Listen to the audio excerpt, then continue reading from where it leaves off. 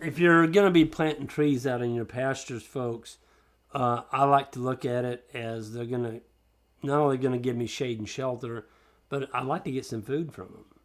And that food can be in the condition of a mulberry, persimmon, an oak tree, hickory nut tree, walnut, anything that's dropping mass. A mass crop is like nuts and things on the ground. A mulberry tree. I mean, everything likes eating mulberries. And a mulberry tree, they grow fairly quick. They last a long time. And a side benefit of a mulberry, if you have a lot of them and they get, let's say you get, well, you need to harvest one, oh, they make the best post. Mulberry will not rot. It's just as good as Osage orange or hedge. They said on a really big mulberry tree, a mature mulberry tree will fatten a hog. That's a lot of fruit. But they're like 95% sugar. The mulberry's dropping off a mulberry tree. So if you're going to plant something, let it drop something on the ground to feed livestock or wildlife. I'm a big wildlife nut.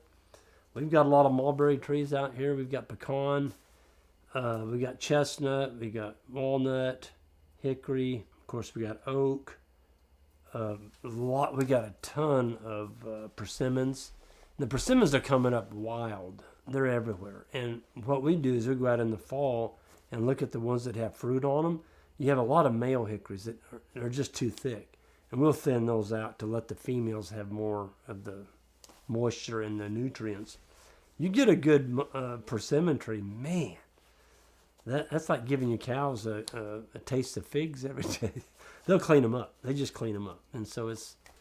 Oh, and another one, honey locust. Boy, that's a very controversial one.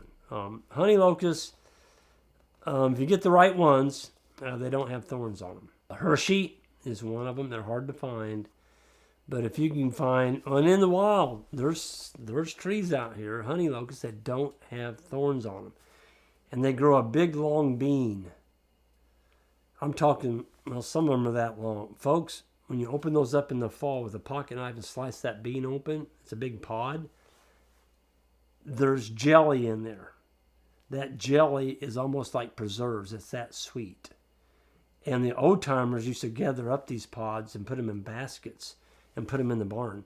And they'd feed these pods to their pigs and their sheep, the goats, and the cattle in the wintertime. Just like they're feeding them corn. And some of these big honey locusts, I mean, there's bushel baskets full of pods laying on the ground. So I like honey locusts because they're an awesome shade tree. Cattle don't seem to kill them. That's another thing you got to worry about. When you have livestock, a big herd, and they poop too much underneath the tree, they can kill them. Just too much nitrogen. I've never seen cows kill a honey locust, ever. They're a legume, so they fix nitrogen. So that's another one. They're fixing nitrogen out of the air, they're putting it in the roots. Just a lot of pluses to honey locusts, but some of them have thorns, and you got to watch those. We're letting some of our thorn trees grow because that's what's growing there, and I don't have any shade. And so I will live with the thorns just to have shade. That's how much I appreciate my shade.